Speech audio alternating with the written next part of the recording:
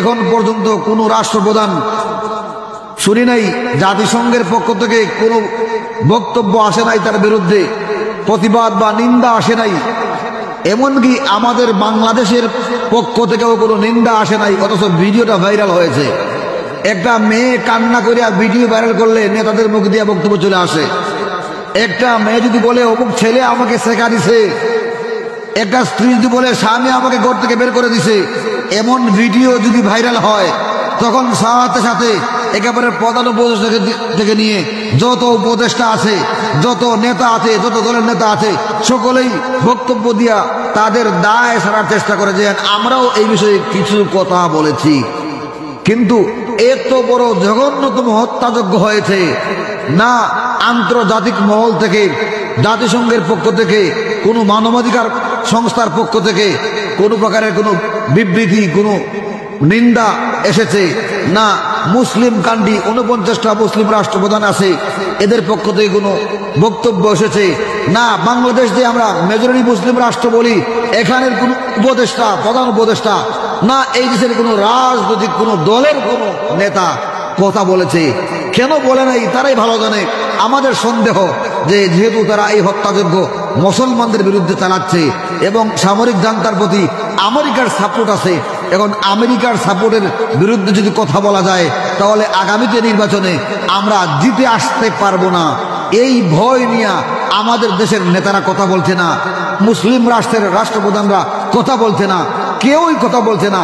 শুধু নিজের স্বার্থ, নেতৃত্বের কারণে যারা মুসলমানদের ইতিহাস ঐতিহ্যকে ভুলে গিয়েছে, যারা মুসলমানদের স্বার্থ ভুলে গিয়ে নিজ স্বার্থের কারণে এই জঘন্যতম হত্যাযজ্ঞের বিরুদ্ধে কথা বলে নাই, আমরা নির্দ্বিধায় বলতে পারি এরা মুসলমানদের নেতৃত্বে আসতে পারে না। আমরা আগামী নির্বাচনে যেই নেতা কথা বলবে না, আমার এই বক্তব্য অনলাইনে যাবে, যারা এই নির্মম হত্যাকাণ্ডের বিরুদ্ধে যে কোনো দল হোক, ইসলামী দল হোক, ডানপন্থী দল হোক, বামপন্থী দল হোক, উপদেষ্টা হোক আর প্রধান উপদেষ্টা হোক, যদি তারা কথা বলে না আমরা ওদেরকে কোনো সমর্থন বা কোনো ভোট দেব না। ঠিক না বে ঠিক?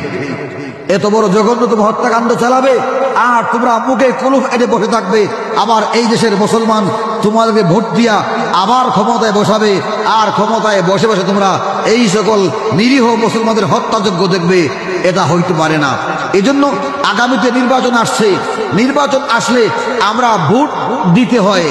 যদিও নির্বাচন এই বর্তমান সিস্টেমটা আমরা সাপোর্ট করি না, গণতন্ত্র ইসলাম সাপোর্ট করে না, কিন্তু আমরা নিরুপায় হইয়া যেহেতু আমাদের ইসলামিক সিস্টেমটা এখনো জারি করা এখানে সম্ভব হচ্ছে না, তারা এমনভাবে বিশ্বটাকে নিয়ন্ত্রণ করছে যাতে পৃথিবীর কোনো রাষ্ট্রে মুসলমানরা ইসলামী রাষ্ট্র, ইসলামী খেলাফত ব্যবস্থা কায়েম না করতে পারে।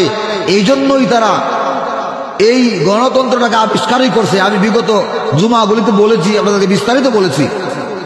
তো তারা এমন সিস্টেম করেছে যে যদি কেউ নির্বাচনেও যেতে চায় তাহলে আগে মুসলেকা দিতে হবে, তাদের গণতন্ত্র এমনভাবে বানাইতে হবে, নিবন্ধন নিতে হলে গণতন্ত্র জমা দিতে হয় তাদের কাছে। ওই গণতন্ত্রে এমন কোনো লেখা থাকবে না যে আমি বিজয়ী হওয়ার পরে ইসলামী আইন, কোরআনী আইন বাস্তবায়ন করব, এমন লেখা থাকলেই আপনাকে নিবন্ধন দিবে না। এই দেশে একটা দল ছিল ইসলামী শাসনতন্ত্র আন্দোলন, চরমুনাইয়ের দল, এদের দলের নাম ছিল ইসলামী শাসনতন্ত্র আন্দোলন।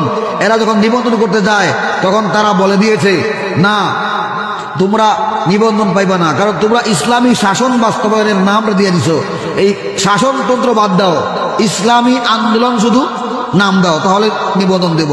তারা দেখলো যদি আমরা নিবন্ধন না নেই নির্বাচন করতে পারবো না, আমরা আন্দোলন করতে পারবো না, আমাদের বিরুদ্ধে জঙ্গি সংগঠন বলে আমাদেরকে গ্রেফতার করবে।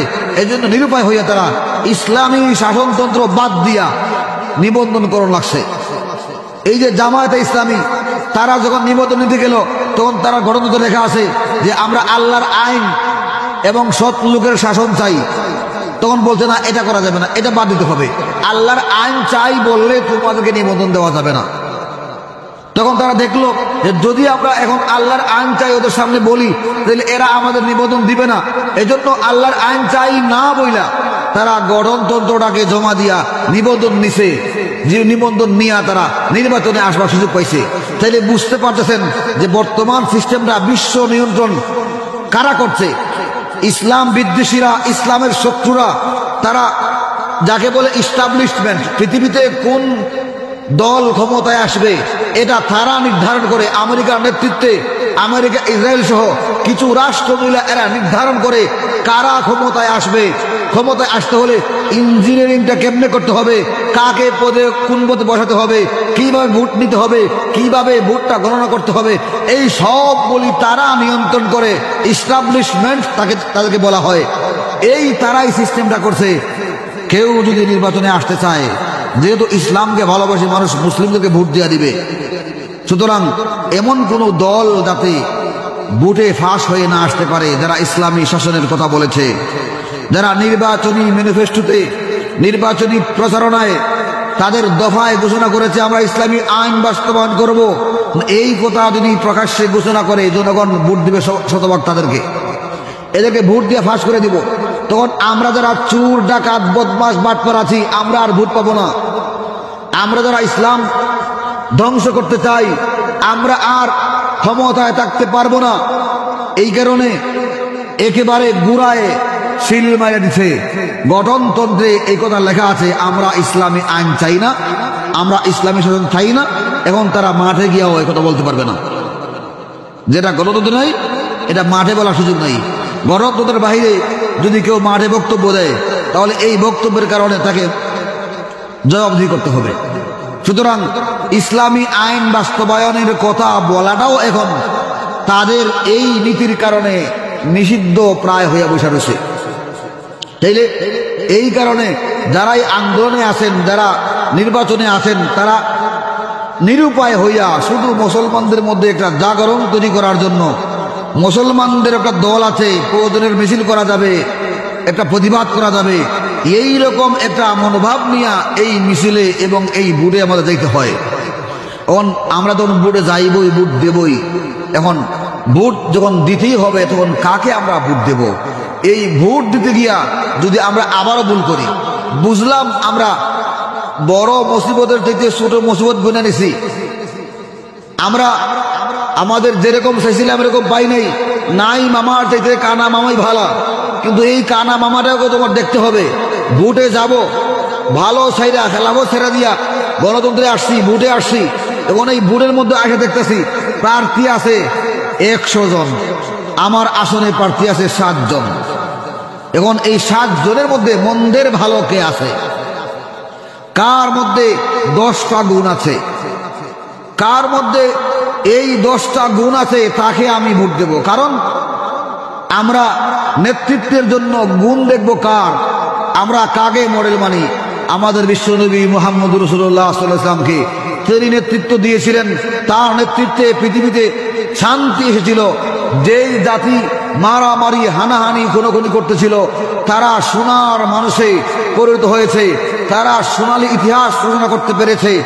যেই নবীর নেতৃত্বে ওই নবী যেই সকল গুণে গুণী ছিলেন, যে গুণগুলির মাধ্যমে নেতৃত্বে আসছিলেন, এই গুণগুলি যদি আমরা দেখি আমাদের বর্তমান সময়ের কোন নেতার মধ্যে আছে, আমরা তাকে ভোট দেব। এখন হয়তো দেখব যে 10টা গুণ নাই, 7টা গুণ আছে, 5টা গুণ আছে, 3টা গুণ আছে।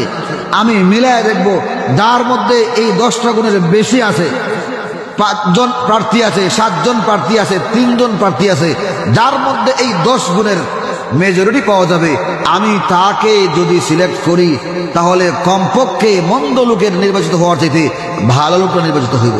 ভিডিও ভাইরাল হয়েছে সারা দুনিয়ায়।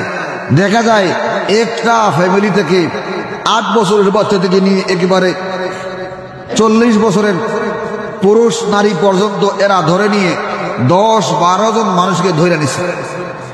ধরে নিয়ে একটা জঙ্গলের মধ্যে হাত পা বাইরা এদেরকে চাকু দিয়া এমন ভাবে আঘাত করতেছে, পিঠে দিয়ে আঘাত করে আবার চাকুকে আবার মুসর মারে, এমন ভাবে মাপ দিয়া পিঠে দিয়ে আঘাত করে যাতে কলিজার মধ্যে পড়ছে কিনা সেটা বোঝা যায়।